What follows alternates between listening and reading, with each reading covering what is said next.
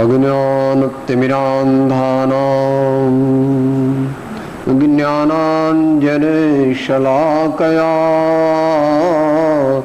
चक्षुः उन्मीलितं येन तस्मै श्री गुरवे नमः।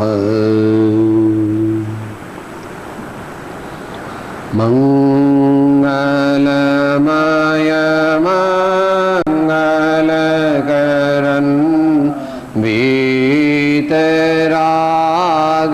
विज्ञान नमो ताहे जाते भये हरिहन् आदिम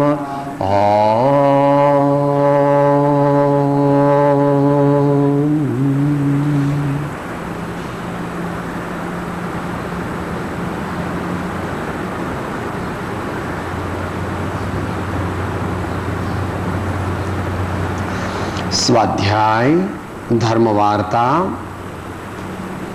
अवलंबन છે શ્રીમદ રાજચંદ્ર વચનામૃત ઉપદેશ છાયા આંક 8। એમાં ગઈકાલે વિષય હતો કે જ્ઞાનીઓના માર્ગમાં મતભેદ નથી। જેણે ધર્મ કરવો હોય તેણે સમતા રાખવી અને પોતાના ચિત્તને નિર્મળ કરવું છે। અઘરું પણ કરવાનું છે। આપણે સાચો ધર્મ કરવો હોય તો સમતા રાખવી, સમતાનો અભ્યાસ કરવો અને આપણા ચિત્તને, આપણા મનને, આપણા વિચારોને, આપણા અભિપ્રાયને બગાડવો નહીં। શેનાથી બગડે? અજ્ઞાનથી, ક્રોધથી, અભિમાનથી, લોભથી, નિંદાથી, ઈર્ષાથી। આવા બધા વિચારો કરવાથી, આવી બધી પ્રવૃત્તિ કરવાથી આપણું ચિત્ત મેલું થાય છે, ડાઘાવાળું બને છે। વર્તમાનમાં આપણે દુઃખી થઈએ છીએ અને ભવિષ્યમાં વધારે દુઃખી થઈશું, કારણ કે એવો કર્મનો સિદ્ધાંત છે, કર્મનો નિયમ છે। આ દરેકે માન્ય કરે છે। राम झरूखे बैठ के सबका मुजरा ले, जैसी जिनकी चाकरी वैसा उनको दे। तो ये बात गई काले थई हती। हवे ध्याननो विषय ले छे, जेने जैन दर्शन में सामायिक शब्द कहे छे। वांचीए आपणे पत्रांक पृष्ठ संख्या 709। सामायिक कायानो योग रोके, आत्माने निर्मळ करवा माटे कायानो योग रोकवो। रोकवाथी परिणामे कल्याण थाय। हमणां भाई बोल्या ने, तमे छेल्लो दोहरो जे बोल्या ने, मन जावे तो जाने दे, तन को मत जाने दे। क्योंकि बाण चढ़ाया नहीं तो तीर कहां से अपना निशान ताकेगा। एम आपने कोई खोटो विचार आवे तो जेवा विचार आवे एवं काम करी नाखवू, एवं न करवू, एवं न करवू। गांधीजीए पण आत्मकथामां लख्युं छे, वांचो। મને લાગે બ્રહ્મચર્ય સાધનામાં બીજા 1-2 પ્રસંગમાં લખ્યું છે ગાંધીજીએ કે ભાઈ જુઓ સાહેબ, આપણે વિચાર આવ્યો એટલે પાપ તો લાગી ગયું ને, તો હવે એ પ્રમાણે કરી નાખવું આપણે। કે ના, એવું નથી। વિચાર આવે, ખોટો વિચાર આવે, એ પ્રમાણે કરવાનું નહીં, કારણ કે ખોટો વિચાર આવે તો પાપ તો બંધાય, પણ આપણે એની અંદર ભળ્યા કે ન ભળ્યા?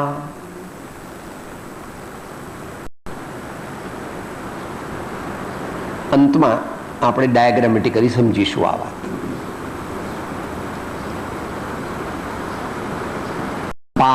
પાપ કેટલું લાગે એના ભગવાને નિયમ કયા છે. આપણે ભગવાનને જાણ્યા નથી એટલે ભગવાનને આપણે આપણી જાતની સાથે સરખાવીએ છીએ કે જે ભગવાન મારા કરતા 50 ગણા સારા, ભગવાન મારા કરતા 100 ગણા સારા. કે ભાઈ એવું તારું અને ભગવાનનું એવી જાતનું કમ્પેરિઝન નથી.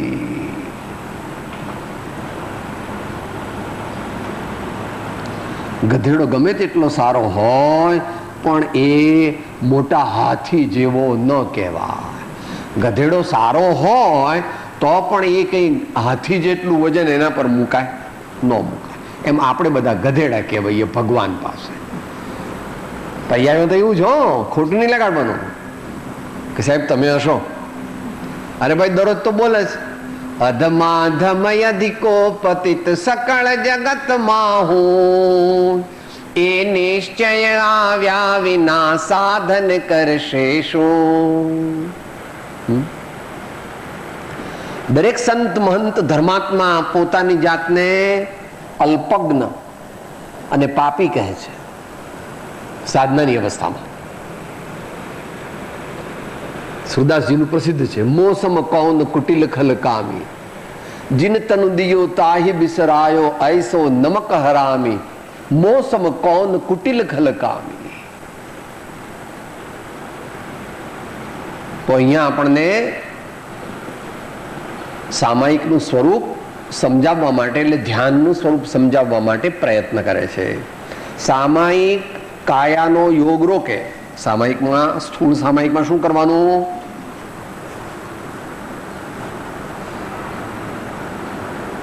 આસનની સ્થિરતા, મૌન,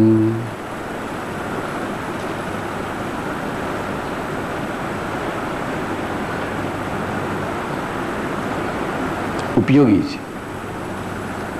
છે. હમણાં યુવા શિબિર ચાલતી હતી ને, એમાં દુષ્યંતભાઈએ વાત લીધી હતી કે આ જમાનાનો પ્રોબ્લેમ શું છે, કોઈ પણ માણસ 2-4 મિનિટ પણ નિરાતે બેસી શકતો નથી.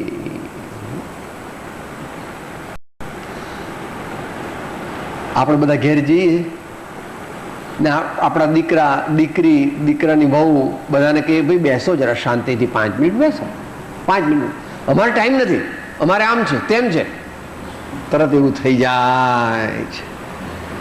માટે આપણા ઘેર એવું કંઈક રાખવું કે 5 મિનિટ આરતી ઉતારવાની અથવા 5 મિનિટ ક્ષમાપના બોલવાની અથવા 5 મિનિટ કોઈ પણ સારી પ્રાર્થના બોલવાની, એવું રાખીએ તો એવો ટાઈમ રાખવો કે જ્યારે બધાને અનુકૂળ હોય. અને એવા ટાઈમ તો 2 જ હોય, કાં તો સવારે 7-7:30 અને કાં તો રાતના 10 વાગે. 7-7:30 જરાક ઇન્ટુ ઇન્વર્ટેડ કોમર્સ, કારણ કે બધા સૂર્યવંશી થઈ ગયા ને એટલે બધા એમ કે છે સાહેબ અમારા ઘેર તો બધા 9 વાગે જ ઉઠે. કે ભાઈ તારે ઘેર હશે એવું, પણ બરાબર નથી. અમારા ઘેર બધા 9 વાગે એવું ન કરાય બાપા. 9 વાગે ઉઠવું એ આપણું જીવન પદ્ધતિ. કોક વાર સ્મશાને જવું પડ્યું હોય, કંઈક એવું કામ બન્યું હોય તો આપણે મોડા ઉઠવું પડે, કારણ કે 2 વાગે 3 વાગે તો સૂતા. પણ લગભગ સૂર્યોદય થાય એટલે ઉઠી જવું જોઈએ.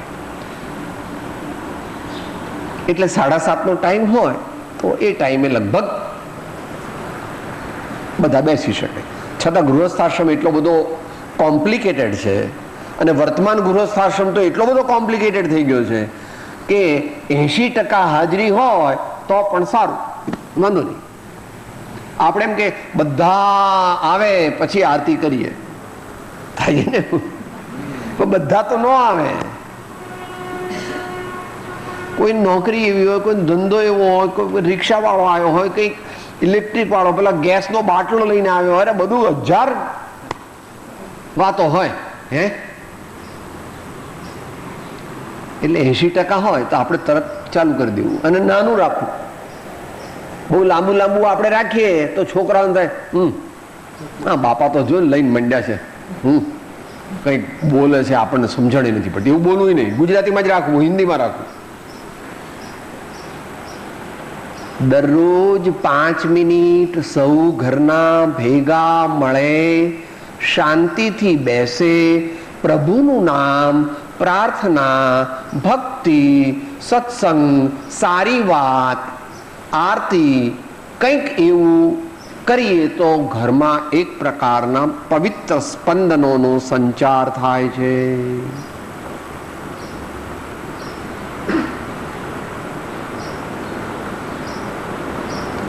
એવું ભજનમાં બોલીએ છીએ આપણે. બોલો. માત પિતાના એ સંસ્કારો ઉતરે બાળકમાં આચારો. માત પિતાના એ સંસ્કારો ઉતરે બાળકમાં આચારો. વિકસે કુટુંબનું ધ્યાન એ ઘરે આવે છે ભગવાન. વિકસે કુટુંબનું ધ્યાન એ ઘરે આવે છે ભગવાન. પછી એનું લોંગ ટર્મ પણ કયું છે ફળ? હો, દેવો આવી થાણું થાપે, એવું આવે છે ને.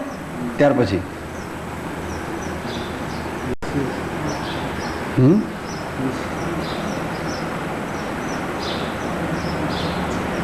દેવો આવી થાણું થાપે, ગોવિંદ એ ઘર સ્વર્ગ સમાન, એ ઘર આવે છે ભગવાન.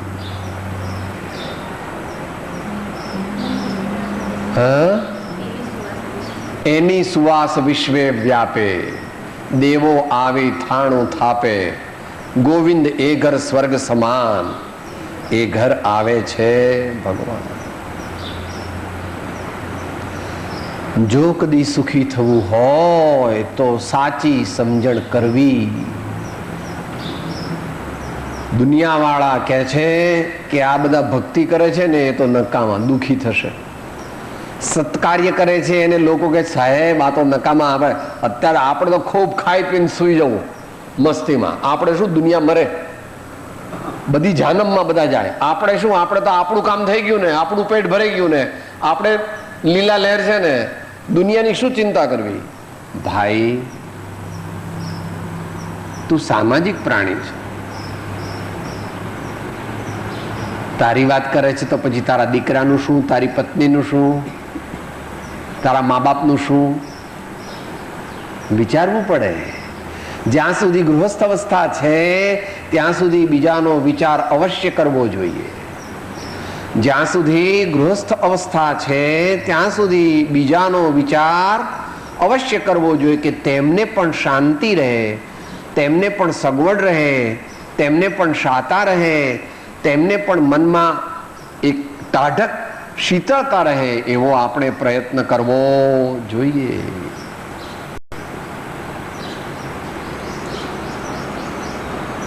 સામાયિકમાં કાયાને રોકવાની છે, પછી વચનને રોકવાના છે, વાણીને રોકવાની છે, અને પછી મનને રોકવાનું છે. બોલો ગાથા. 63 મોક્ષ પાહુડ, બરાબર ને? આહારનો વિજય કરો, નિદ્રાનો વિજય કરો,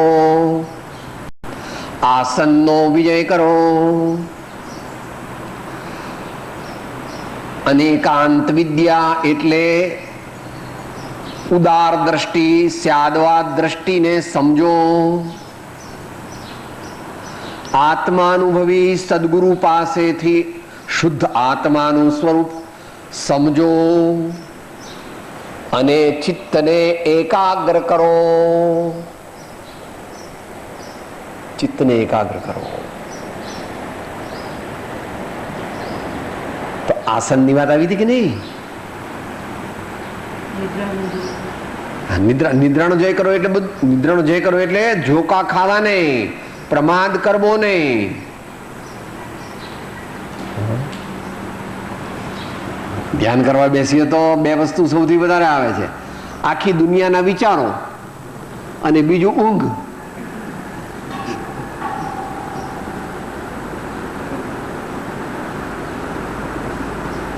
આખા દિવસમાં ન આવે એવા ખોટા નક્કામાં વિચારો તે ધ્યાન કરતી વખતે આવે. અને આમ તો ઊંઘ ન આવે, પણ માળા લઈને જરાક 2, 3, 4, 5 મણકા ગણે ત્યાં તો ચાલુ થઈ જાય. બરાબર ને?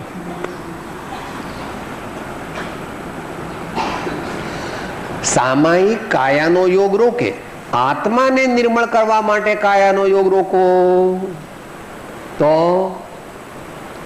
શરીરને સ્થિર કરવાની સાથે સાથે મનને નિર્મળ કરવું. મનને નિર્મળ કરવા માટે મંત્ર બોલવા માંડવો. આપણે બેઠા ને જેનો જે ઈષ્ટ મંત્ર હોય, નમો અરિહંતાણમ, મહાવીર ભગવાનને નમસ્કાર કરું છું, શ્રી કૃષ્ણ શરણમ, શ્રી રામ જય રામ, સજાત્મ સ્વરૂપ પરમ ગુરુ, આત્મ ભાવના ભાવતા જીવ લહે કેવળ જ્ઞાન રે. મંત્ર મનને દુનિયાના વિકલ્પોથી તારે, એનું નામ મંત્ર. મનને દુનિયાના વિકલ્પોથી, દુનિયાની વિટંબણાઓમાંથી તારે એક બાજુ લઈ જાય, એકાગ્ર થવા દે, એના મંત્ર. એવો મંત્ર બોલીએ, એવો મંત્ર બોલવો. એકલા આમ એમને બેસી રહીએ ને તો બીજા વિચારો આવે, એટલે આપણે તરત મંત્ર બોલવા માંડો. મનમાં મંત્ર બોલવો. શા માટે? આત્માને નિર્મળ કરવા. અહીંયા આત્માનો અર્થ ચિત્ત એવું સમજવું. ચિત્ત, મન. રોકવાથી પરિણામે કલ્યાણ થાય.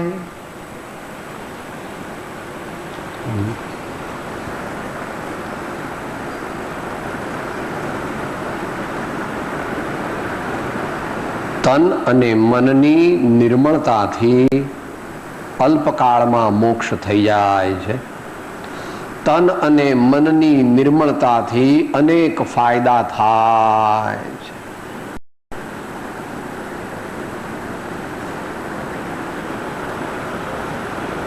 કે સાહેબ આપણને કેવી રીતે ખબર પડે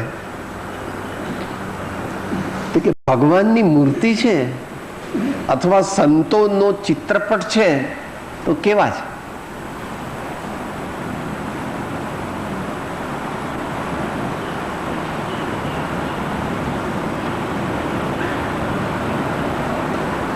મેરુ સમાન અડો,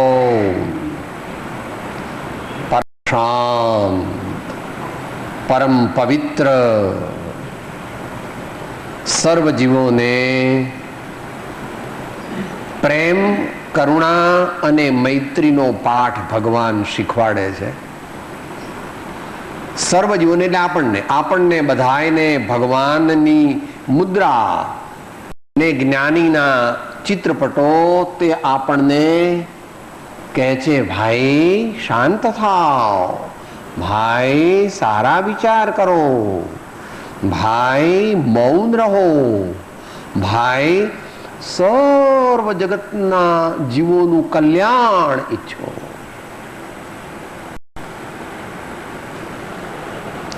પરિણામે કલ્યાણ થાય.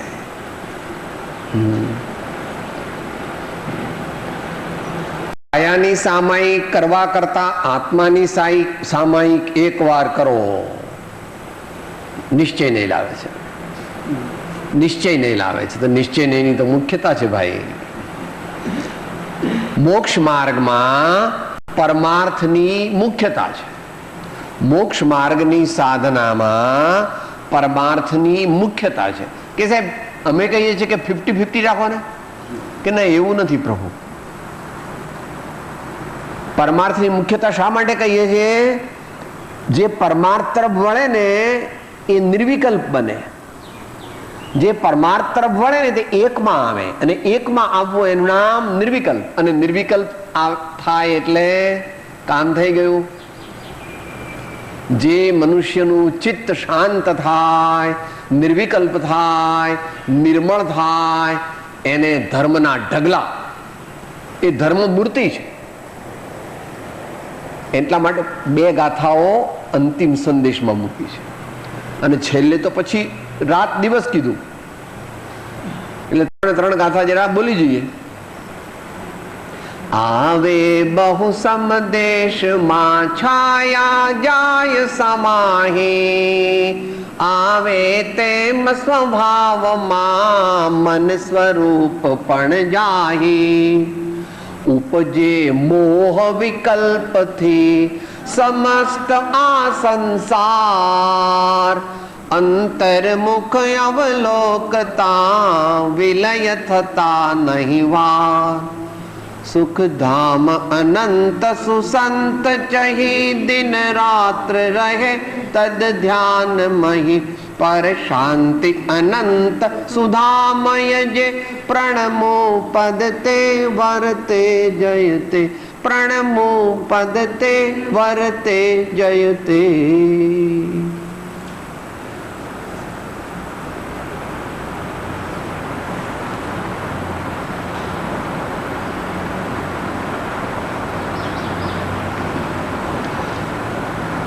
ચાલે છે, જમાનો વિપરીત છે, પણ તો આપણે કઈ એને વિશેષ રોકી શકવાના નથી.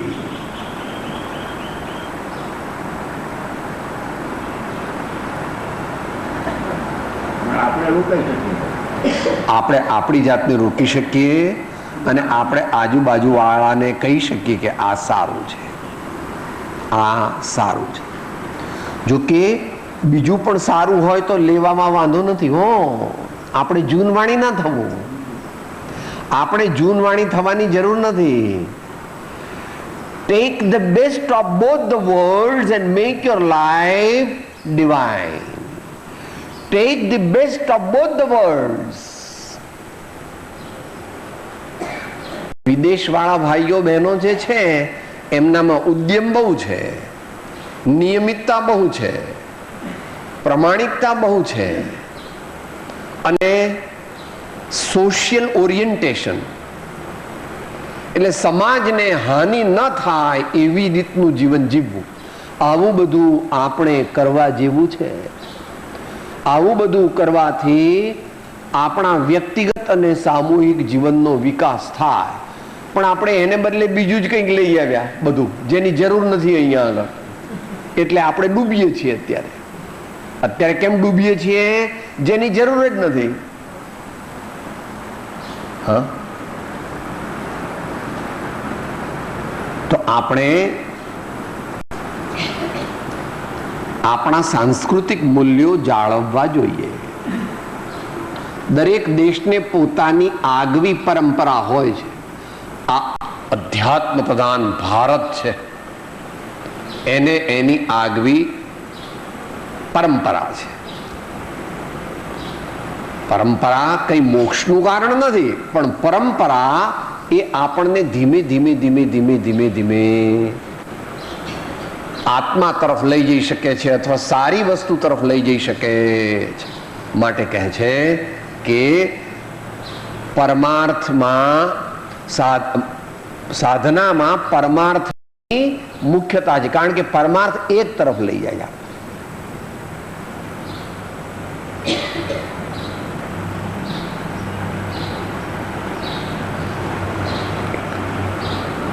એને અદ્વૈત કહે છે વેદાંત પરિભાષામાં. અદ્વૈતમાં આવો, અદ્વૈતમાં આવો.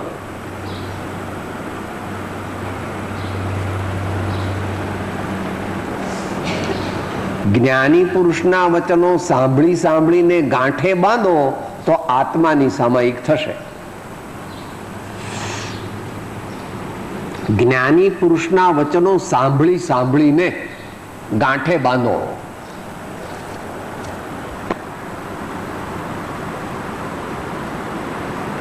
બે વાર લખ્યું છે, સાંભળી સાંભળીને. સાંભળીને નહીં કે સાહેબ બે વાર કેમ લખ્યું છે? કારણ કે આપણે બુડથલ છીએ, એટલે ઠોઠ છીએ, અને દ્રવ્યથી અને ભાવથી. જ્ઞાની ભગવાનની વાણી કેવી રીતે સાંભળવી? દ્રવ્યથી અને એનો ભાવ.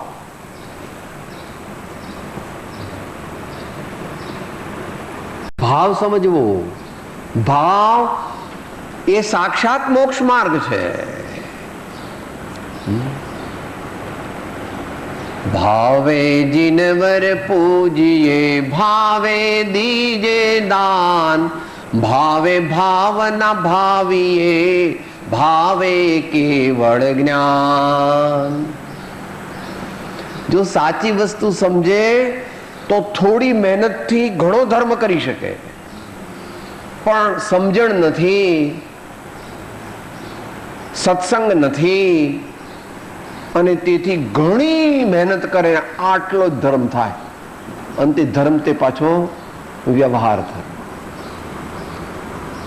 માટે મહાપુરુષોનું યોગબળ, મહાપુરુષોની વાણી એ આપણા માટે પરમ ઔષધ છે. બહુ વિચારવા જેવું છે. આમ તો દરેક શાસ્ત્રોમાં એનું વર્ણન છે, પણ જ્ઞાનાર્ણવમાં 5 કારણ આપ્યા છે કે ભગવાનની સંતોની વાણી શું કરે. પ્રબોધાય વિવેકાય હિતાય પ્રશમાય ચ સમ્યક તત્વોપદેશાય સતામ સુક્તિ પ્રવર્તતે. સતામ એટલે સંતો, જેમના જીવનમાં સત પ્રગટ્યું છે, જેમણે પરમાત્મા દર્શન કર્યું છે, એનું નામ સંત. તો એ સંતોની વાણીને આપણે સાંભળીને ગાંઠે બાંધીએ તો શું થાય? સંતોની વાણીને સાંભળીને આપણે ગાંઠે બાંધીએ એટલે કે આપણા જીવનમાં ઉતારીએ તો શું થાય? પ્રબોધાય, બોધ થાય, સાચું જ્ઞાન પ્રગટે. વિવેકાય, સત્ય અસત્ય, ભક્ષ્ય અભક્ષ્ય, પાપ પુણ્ય, ધર્મ અધર્મ, સ્વધન પરધન, જડ ચેતન, આ બધાનો વિવેક થાય. પ્રબોધાય વિવેકાય હિતાય,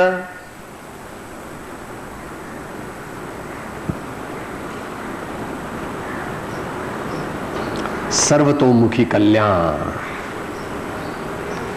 સર્વતોમુખી કલ્યાણ જગતના જીવન ખબર નથી, વિચારવા જેવું છે. જગતના મનુષ્યો આખી જિંદગી મહેનત કરીને 50 લાખ કે કરોડ રૂપિયા ભેગા કરે છે, અને જ્ઞાની સંત સારા ભાવ, સારું વર્તન અને સારા અભિપ્રાય દ્વારા 1 મિનિટમાં 1 કરોડ કમાય છે, એનાથી પણ વધારે 1 મિનિટમાં. બેસે છે આ તો બધું તમને બધું ભૂસું ભરાઈ ગયું છે ને, આમના જેવા લોકોએ બધાએ તમને ભૂસું ભરાવી દીધું છે. અચિંત્ય તુજ મહાત્મ્યનો નથી પ્રફુલ્લિત ભાવ, અંશન એકે સ્નેહનો ન મળે પરમ પ્રભાવ.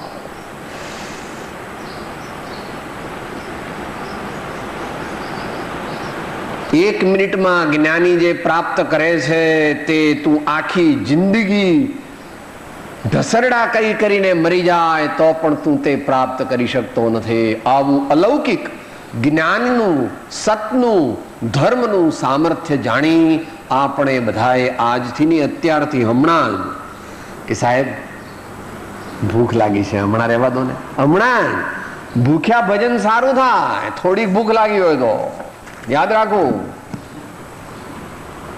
કારણ કે તું બહુ ભોજન કરે પછી તો શું થાય? મોટી સમાધિમાં જતો રહે. મોટી સમાધિ એ જાતની કામની નથી. અત્યારે થોડી ભૂખ લાગી છે ને, અત્યારે બરાબર થાય.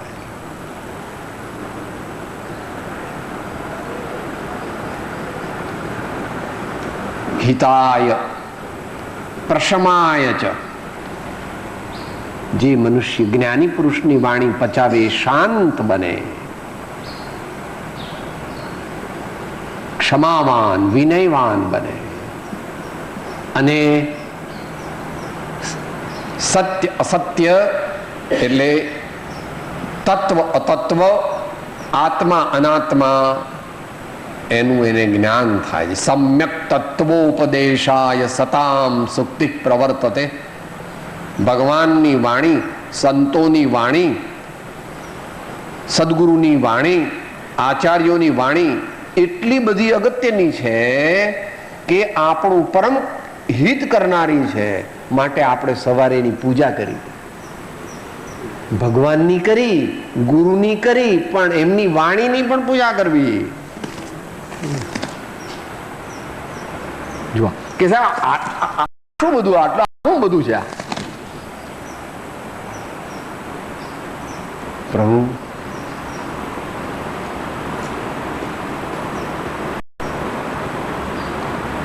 અંત મંગળ તરફ જઈએ એ પહેલા 1 મિનિટની વાત છે. હા, એ છેલ્લા પૂરું કરીએ. તુકારામને એ તો આમ સાદા ભક્ત હતા, ત્યાં આગળ બધા વિદ્વાનો પણ આવે.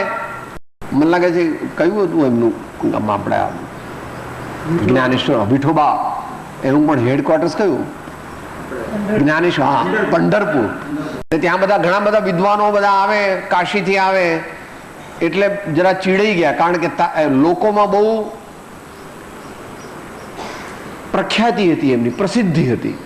પોતે કીર્તનકાર હતા. તુકારામ કીર્તનકાર હતા. વિઠ્ઠલ વિઠ્ઠલ વિઠ્ઠલ વિઠ્ઠલ વિઠ્ઠલ વિઠ્ઠલ, પરમાત્માનું સ્મરણ, પરમાત્માનું પ્રેમપૂર્વક સ્મરણ. એટલે બધા એમને બોલાય કે ઉભા રહો, ઉભા રહો, તમે વેદ વાંચ્યા છે? તમે વેદ વાંચ્યા છે? 2-3 વાર કીધું. અમી જો सांगत તે જ વેદ आहे. અમી જો सांगत તે જ વેદ आहे. અમે બોલીએ છીએ તે જ વેદ છે. પેલા પંડિત તો એટલા છરી મારે તો લોહી ન નીકળે, ટાઢાટમ થઈ ગયા. શાસ્ત્ર એટલે શું? મહાજ્ઞાની પુરુષોના અનુભવનું નવનીત શબ્દ રૂપમાં, મહાજ્ઞાની પુરુષોના આત્માના આનંદના અનુભવનું નવનીત, આત્માના જ્ઞાન અને આનંદ જે એમણે અનુભવ્યા એને એમણે લોકોના કલ્યાણ માટે શબ્દ રૂપે એ જે નવનીત મૂક્યું, આ એ ભગવાનની વાણી છે, આ સંતોની વાણી છે. એટલે આ સંસ્થાનું એક નામ સતશ્રુત સેવા સાધના કેન્દ્ર એવું છે. આ સંસ્થાનું નામ શું છે? સતશ્રુત સેવા સાધના કેન્દ્ર. સતશ્રુત એટલે સાચા શાસ્ત્રો. માટે સંતોની વાણી વિશે વિચારવું કોઈક વાર. સંતો તે ભગવાનના મેસેન્જર્સ છે, સંદેશવાહક છે, અને એમની વાણી એ પણ આપણા માટે અને સર્વજીવો માટે પૂજ્ય છે. એના અનુસાર જો આપણે એને ગાંઠે બાંધીએ તો આપણું અનંતું કલ્યાણ થાય. એને ખબર નથી અત્યારે. તો એટલી વાત કરી. અત્યારે આપણે અંતમંગળ બોલીએ, પછી કર્મબંધના કારણની વાત કરશું. દેહ છતાં જેની દશા વર્તે દેહાતે, તે જ્ઞાનીના ચરણમાં હો વંદન અગણે. સદગુરુ પરમ કૃપાળો ત્રિલોકના સબ સંતન કી જય. આનંદ ગન ઓમ.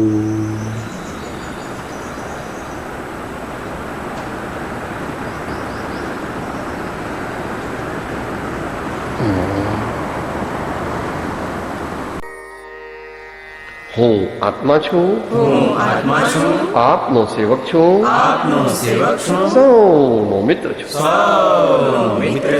હું આત્મા છું, આપનો સેવક છું, સૌનો મિત્ર છું. હું આત્મા છું, આપનો સેવક છું, સૌનો મિત્ર છું.